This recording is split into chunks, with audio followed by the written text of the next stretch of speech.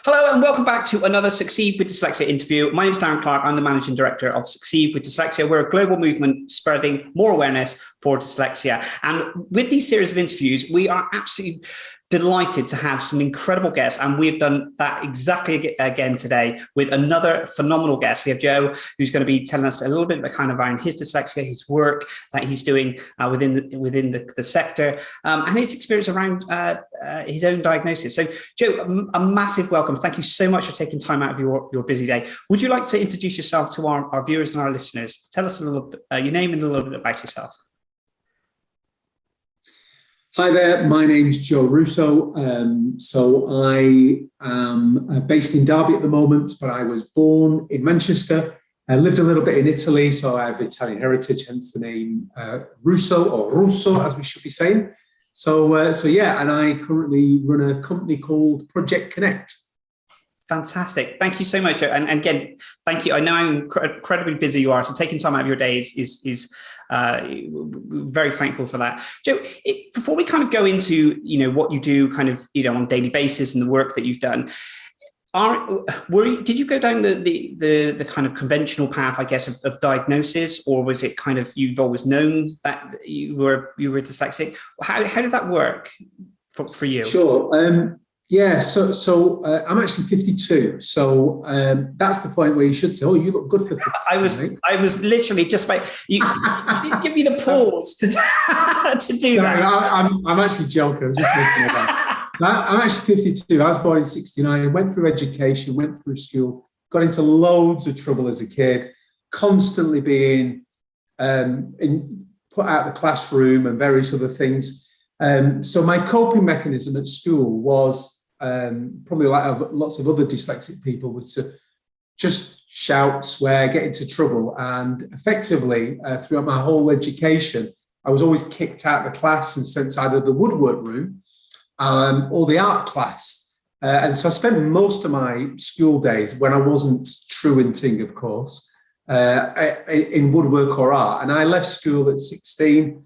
I was really fortunate, actually, because I got an apprenticeship. Because of all the woodwork I did and all the exposure I did, I managed to kind of wangle my way on getting an apprenticeship. So I'm actually a carpenter by trade. And then in my early 20s, I moved from Manchester to Derby, and I set up a new business, which was carpentry business. And one night, I came home from work and I looked out of my front room window and I see a group of boys climbing up a lamppost onto a factory roof, stealing lead. And so I went out and challenged these boys and I said, what are you doing? And in language I probably can't use on this, which I wouldn't use because I wouldn't do that. They told me to go away. So you can use your own imagination. And then I just thought, I'll challenge these lads. And I said, what would your dad say to you right now? And the kid on the roof who was pulling out the lead from under the tile said, well, my dad's in jail for armed robbery for the next 10 years. So I started a youth club.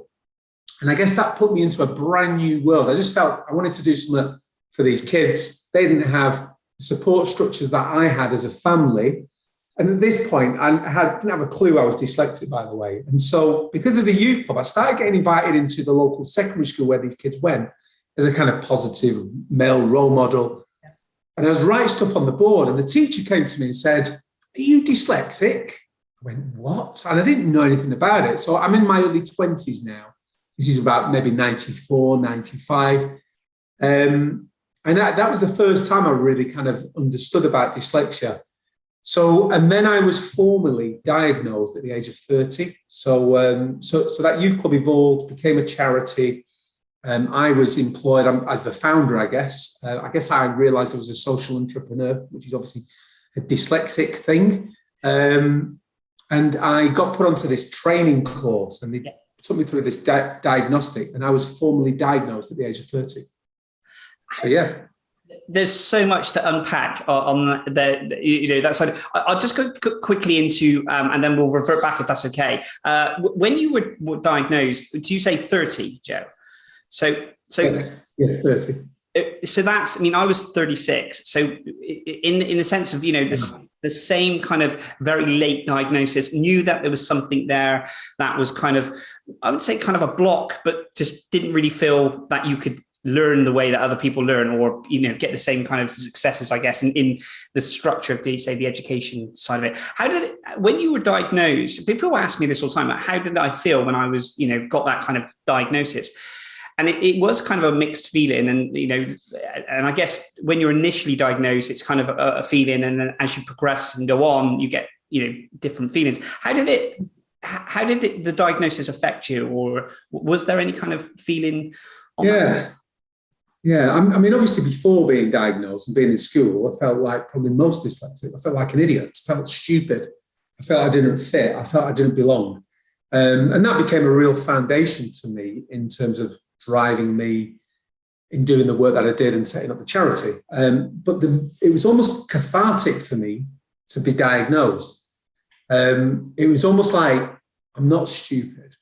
And so I actually really remember it, because it's over 20 years ago now, but I remember it really clearly because I was really emotional. And so I actually felt really emotional.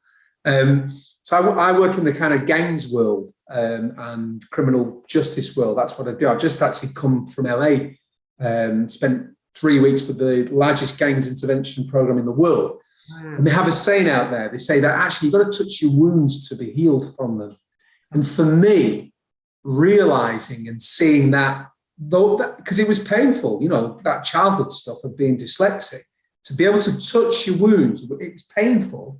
But it's like I can start to feel like I'm getting healed now, if that makes any sense. It absolutely, I can resonate with that, Joe. 100% in that sense, because there's moments. The brain is such a fascinating. It's so fascinating. Yeah. We don't even scratch the surface, I guess, of really understanding fully the brain and the power of it. But those moments when I would look back and think, that time when the spelling test came, or there was an exam, and all these that kind of feeling inside of dread and scared and upset and all those emotions. And you're absolutely right. You can kind of start thinking about those, and your brain doesn't know whether it's happened now or it's happened in the past. So those feelings, they just stay with you, and it was emotional.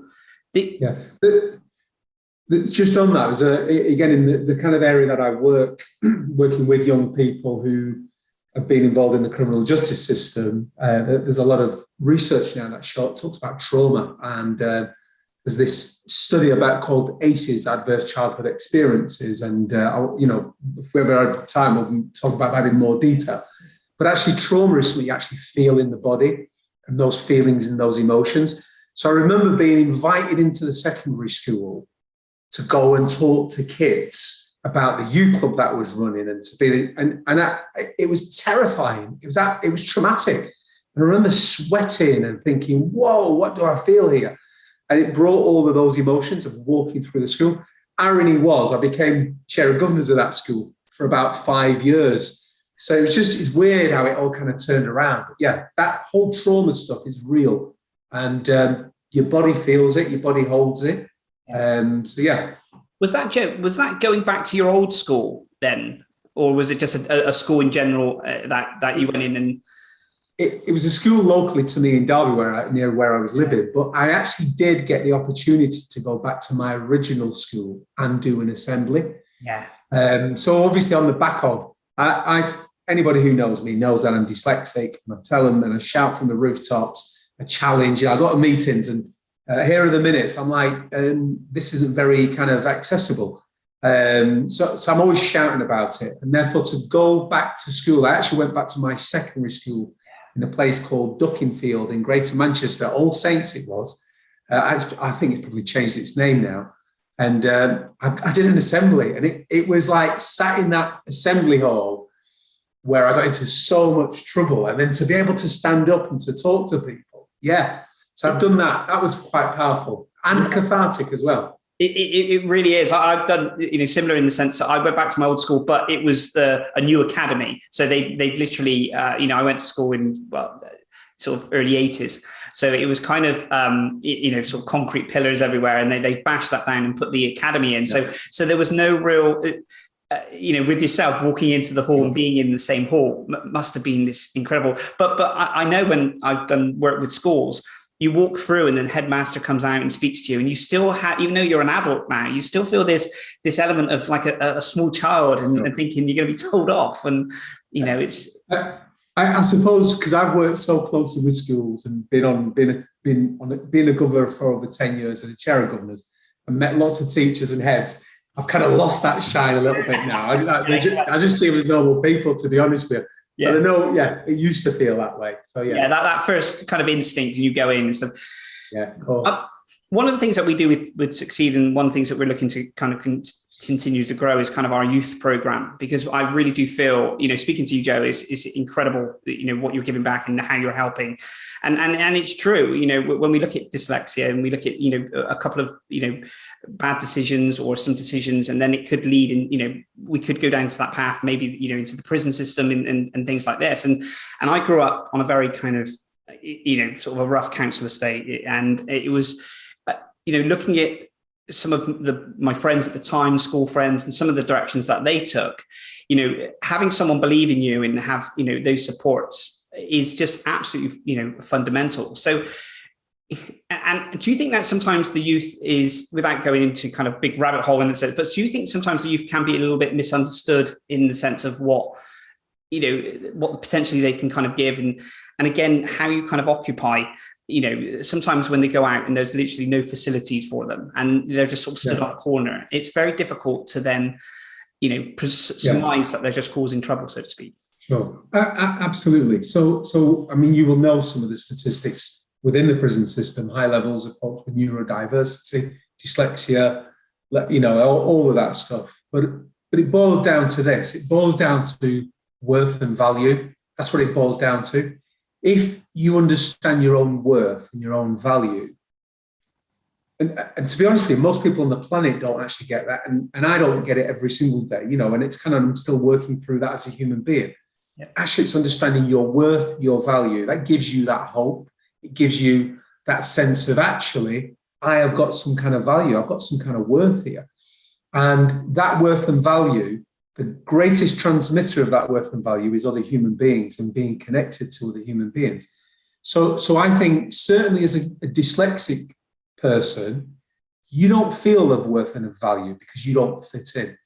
And without any shadow of a doubt, certainly on some of your more deprived communities, and my experiences of 30 years of this and being seen as a bit of a national expert and all sorts of stuff, it is that whole factor of actually, do you feel you have value? Do you feel you have a place? Do you feel that you actually belong? And those feelings are major factors of why many, many, many young people get involved in gangs. So often people think kids get involved in gangs because they want to join something. Actually, it's more often than not, it's because they're running away from something. And that's the reality. And it's actually they're running away from what they feel about themselves. And without shadow of doubt, worth, value, hope, and it's being part of something, you know, and being belonged and being loved and being cared for. Because I hopefully I've answered your question on that. You answered the question and more, Joe, honestly. Definitely. And I believe, I guess I can kind of look back on, you know, there's a couple of people, you know, my parents, obviously, you know, incredibly supportive of me. But there's also a couple of people I guess I can think, you know, they really, the pinnacle time that I needed someone to kind of believe in me when I didn't really believe in myself, you know, and I know that there'll be, you know, loads of legacies in the sense of the people that you've helped. Can you kind of pinpoint if that happened with you, Joe, in the sense that you can kind of pinpoint a couple of people that you don't have to name names, obviously, but absolutely, I can, and it's kind of so. I'm the founder of a charity. I no longer work for the charity. I left and moved on in September, but that charity is called the Enthusiasm Trust, and central to the Enthusiasm Trust is a mentoring program, and it's about those one-to-one relationships. It's kind of what it's all about, and that kind of drove me as a philosophy for the charity because that was my personal experience. So on two levels: one, you've had certain family members, so it's really strange. Culture's really strange. If you take Italian culture, it's a really strange concept because actually your cousins and your uncles are really close to you, and I mean, I'm really close. And often, as a young kid, you would spend time with your uncles and your cousins. And it's like you felt, wow, I'm with my uncles and with my cousins. So you had that element of a connection. Within school, I had Mr. Russell, who was my woodwork teacher, and Mr. Ryan, who was my art teacher. And then as I've gone along life, there's been various different key individuals who have been that for me. And even to this day, I have individuals in my life who are there for me. I mean, just, sounding like I'm doing a talk, but, Mother Teresa said the biggest problem with society is we've actually forgot that we're actually all connected to each other. And so I know that I grow because I'm connected. And there are lots of people, actually folks who I've kind of journeyed with for 10, 15 years who've been in and out of jail are some of the greatest inspirations to me when I see and look at their lives. So it's all about personal relationships. The other night I watched a film for the first time in ages. I think I've got a bit of ADHD. I'm rubbish at watching films. But I watched Jerry Maguire, and I don't think it's what a great film. And there's a bit in there which always hits me. And it says, it's all about personal relationships. And for me, that's what life's about, that's what business is about. And I think I answered your question there. So I'll shut up because I'll start getting honestly, I could listen to you for hours, Jay. You bring so much to this conversation. I really do appreciate it. You're absolutely right, and it is that believing. And I guess when you're working with schools and teenagers and they're kind of growing, it is trying to find that support there, and because the confidence. We take dyslexia for instance, and you mentioned you think that you've got a bit of ADHD, and we know within the kind of the neurodiverse kind of that there could be elements of it's not statistically, it's not just dyslexia. It could be ADHD, it could be dyspraxia, dyscalculia, and things.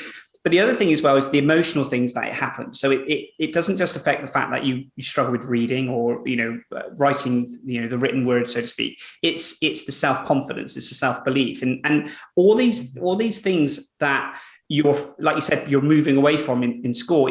I can imagine you go through school and you're almost kind of bashed down, hypothetically speaking, and then you then try and go into the workforce, and that confidence from going, we know how competitive the workforce is. Going from school to the workforce, that can be really, really tough if you're really struggling with reading and writing, and then the ability of the confidence. You must have witnessed that people transitioning from that into the workplace and struggles they found. Yeah, and I guess that's kind of why I went into the world of carpentry, because actually I made things, and I didn't need, and as many folks who are dyslexic who probably listen to this interview, you learn techniques. I actually didn't know I was learning techniques at the time, but I developed a series of techniques to kind of hide why I can't read or why I can't write. I learned it, and you just get through. And I suppose leaving school and going straight into working on building sites, you don't need to be able to read very much. And that's why I did that. And I thought that was what was there for me. And then when I started the charity back in the early 90s, I'm being invited to meetings and given minutes. And I'm like, what? And I would obviously speak from the heart. I didn't read stuff. So that transition was really difficult. And I guess in my younger years, so one of the other things I've not mentioned, I guess I was quite an angry person. I boxed. So I boxed for about 10 years as well. So that was a great way. I don't recommend using boxing to get violence out your system, by the way. I recommend therapy. That's probably a better way of dealing with it and healing. Because that's I would do everything I could to hide that, and you create a bravado so that you're not put in that position. Simple as. So going back to the classroom, though some people may or may not remember, we used to have reading age books.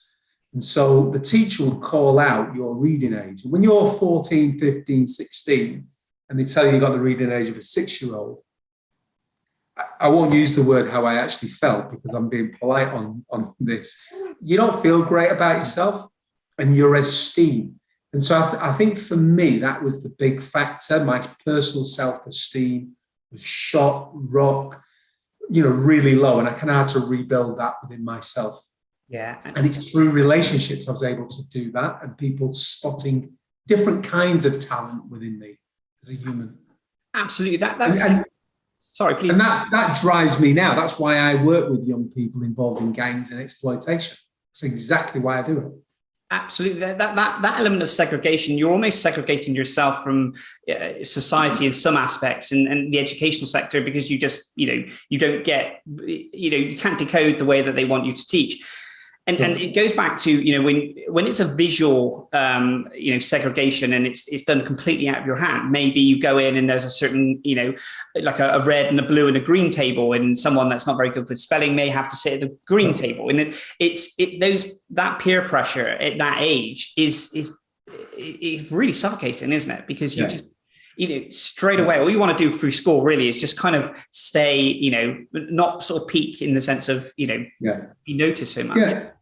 Yeah, and I think through education in school, that it was a big factor for me. I look back at my childhood, and there was some parts of my so I lived in Italy for many years, and I love living in Italy because I had a reason not to be able to read and write, because I was born in the UK. I moved to Italy when I was 11, and I felt like, wow, I've got a reason not to be able to read and write. Connect that. And it was just unbelievable for me. And then we ended up coming back to the UK when I was about 15.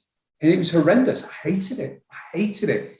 But it's really strange. I've kind of, the charity that I was the founder of has been very successful, employing people, generating hundreds of thousands of pounds a year, national recognition. And then it's interesting, last year in September, I applied for a role on a board. It's a governmental kind of board. And it all came back. It all came because I'm trying to go through this process of applying and reading.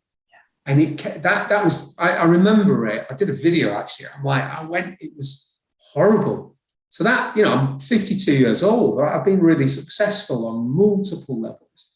And I still felt like that little kid back when I was 7, 8, 15. So those emotions still come back, and it's still, can still be wrong. Actually, so that I was really wrong. What that led for me to do then was to challenge the system. Why do I have to apply for this in writing?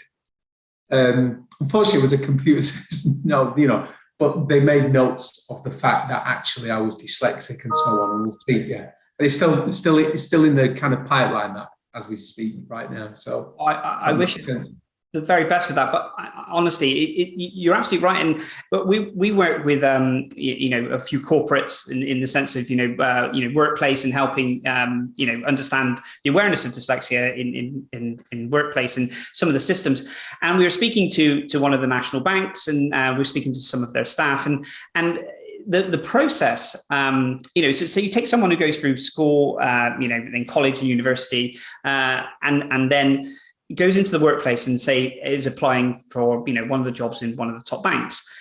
The process of the application to go through, there's kind of, I don't know, say like 3 or 4 or 5 segments of this. So, before you even get to speak to a human. Now, I'm not saying this is the same in every single bank, but if we took that from a dyslexic point of view, and first you've got the application form, then you've got some sort of I can't even say the word, but kind of like some online tests. Biometrics. That's the word. Yes. Thank you. It's my dyslexia pronunciation. These tests, and there's another test, and there's another test. And then if you pass all of this, you then get to speak to, a human. But what they were saying statistically, because when they were looking into it, they were saying the amount of fallout of people not getting past, say, the 3rd stage, they just put that down to maybe intelligence, or they just didn't have the capacity to do it or something. It's not until they look into it and say, well, how many of those people are dyslexic? And can they actually go through the actual test? And you're absolutely right. We have a system set up where everything needs to be, masses and masses of reading and writing and sending, all these details. And you've proven that, you've been incredibly successful in so many different areas. But that application form of sending that out, tough. Yeah, and the irony is, it's really interesting because lots of in the field I work, it's all about equality and diversity and inclusion and so on. I'm like, but this isn't very inclusive. It's not very diverse, and there's not much equality about it. And it's like, well, that's the way it is, And it's kind of, there's a long way to go still in society for that whole element. I remember filling out, so I almost believe of myself that I'm unemployable because of that, actually.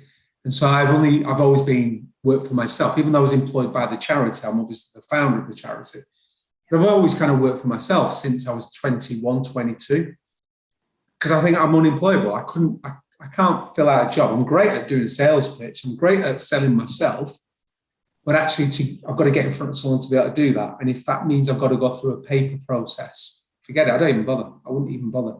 So, there's this one role that I've gone for, which is, it's not a job. It's a different kind of role. And I feel like I can really add value to it. So pursuing that and pushing it, because I want to be able to kind of add my value to that, because I think I'll be good at it, more than anything. So yeah, it's an interesting one. But the system is really, there's got to be systemic change in order to allow people with neurodiversity to be able to access this stuff, because actually the world's missing out. That's the reality of it. So, so it is a little funny story. Sorry, when I started this youth club, and I was doing it purely voluntary, and I was getting like up to 300 kids every week at this youth club. It was the biggest youth club in the city of Derby. And I thought, I need to get some experience. So I applied for a job with the local youth services as a sessional worker. They didn't give me the job because I couldn't fill out the form. I was running the biggest youth club in the city. That was the irony of it. This is back in the early 90s. It was the biggest youth program, it was amazing. And the local authority youth services would not give me a sessional job because I didn't fill out the applications right. That was the irony of it.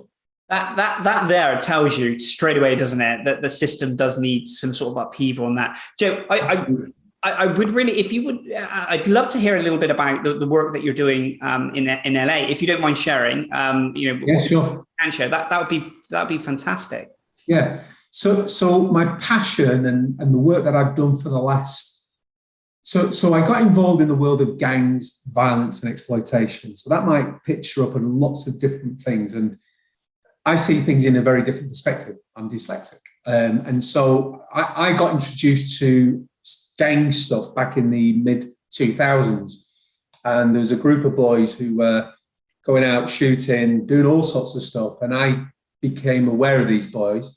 And I knew these boys as 11-year-old children, brought up on the poorest estates, deprivation, addiction in the family. So I kind of really got immersed into that. And I worked really closely with lots of local authorities and various other things to do that work.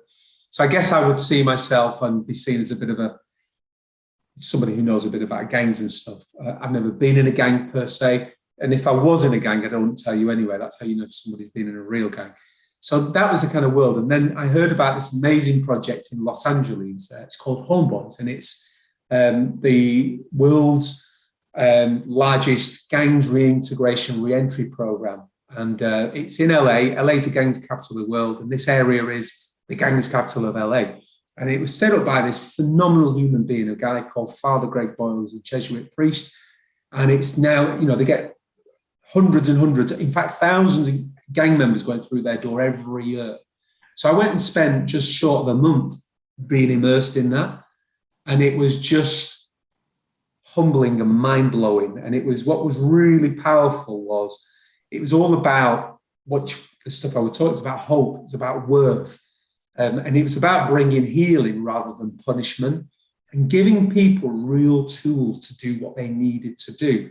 So if I'm a gang member in a rundown area of LA, the options are, I'll sell drugs, I'll get involved in crime. So they needed those opportunities and those options. So Homeboy Industries, which is an amazing project, provides those opportunities. And just being in and amongst and around those guys. On my LinkedIn, I did a whole load of little videos, which is incredibly inspiring. And the vast majority of all of their workers, certainly their frontline workers, were guys who were ex-gang members, been to prison. And, and it was really quite challenging in a great way, because actually in the UK, it's kind of, the world of working with gang members is a very professional world, and actually lived experience is what they use in LA, kind of a buzzword. You get a guy who's been to prison for 15, 16 years, mentoring another guy who's just come out of prison, who's cleaned up from their drugs, they're on top of their stuff, they're going through therapy. It was phenomenal and powerful, really, really good. Honestly, I'm literally mesmerized with the work that you're doing. It's so rewarding. And Joe, plans going forward? Are you looking to go back, or are you doing more work in different countries, or what is that? If you don't mind sharing, of course. Yeah, sure. So I was with Enthusiasm for 29 years. I left Enthusiasm last September. I felt time had come for something different, for a change. And so I set up a new company called Project Connect. So it's kind of almost like a bit of a consultancy, taking a lot of that education. So I'm doing some work with charities in terms of looking at values, why that, not a lot of, there's a lot of consultants out there help people develop strategies. And for me, it's about actually understanding your why you do what you do, and actually understanding the heart, the culture, the values, the behaviors of the organization. So I'm doing some work around that with charities. I'm working with some police forces to help them and train. I'm actually training police officers. I'm working with a number of local authorities, doing training around that stuff. And again, it's about trying to impart and implement a kind of culture of tenderness, a culture of compassion, a culture of understanding. So going back to what you said earlier, I was misunderstood as a kid, and that's kind of a big, massive factor for me. How do we break down those barriers of why does a kid get involved in violence, gangs, and exploitation? What is that? And what can we do to not, rather than send them off to the room and get into trouble and, get locked in a room as a kid, as I got sent off to the remedial class and punished, actually, how do we support, how do we heal? And it's exactly the same with those involved in criminal violence, gangs, exploitation, and so on. How do we bring healing rather than punishment? So that's kind of what I'm doing right now. Developed a fabulous relationship with homeboys, with the guys out there, real kind of almost kindred spirit with those guys. So I'm hoping to go out there at least once a year now, spend a week with them. And this time I'm going to spend a week holidaying as well, but I didn't really do any holidaying. So yes, a fabulous relationship, because it's all about relationships, as we said. So yeah. Joe, like I said, I'm absolutely fascinated to hear, so much more of the incredible what you're doing. We're coming up to our time now, but it'd be amazing if we can come back and revisit this and maybe speak a little bit more about the incredible work that you're doing. Yeah, absolutely. And kind of my passion's about that whole stuff of inclusion. It's all about, that's the underpinner. And if you've got folks who really probably sat listening to this, what gang members, what's he talking about? I can introduce you to some wonderful ex-gang members, people who've got a wonderful story. So yeah, happy to chat to people in whatever way. Absolutely, Joe. It's been absolutely incredible listening to you. Like I said, congratulations on all.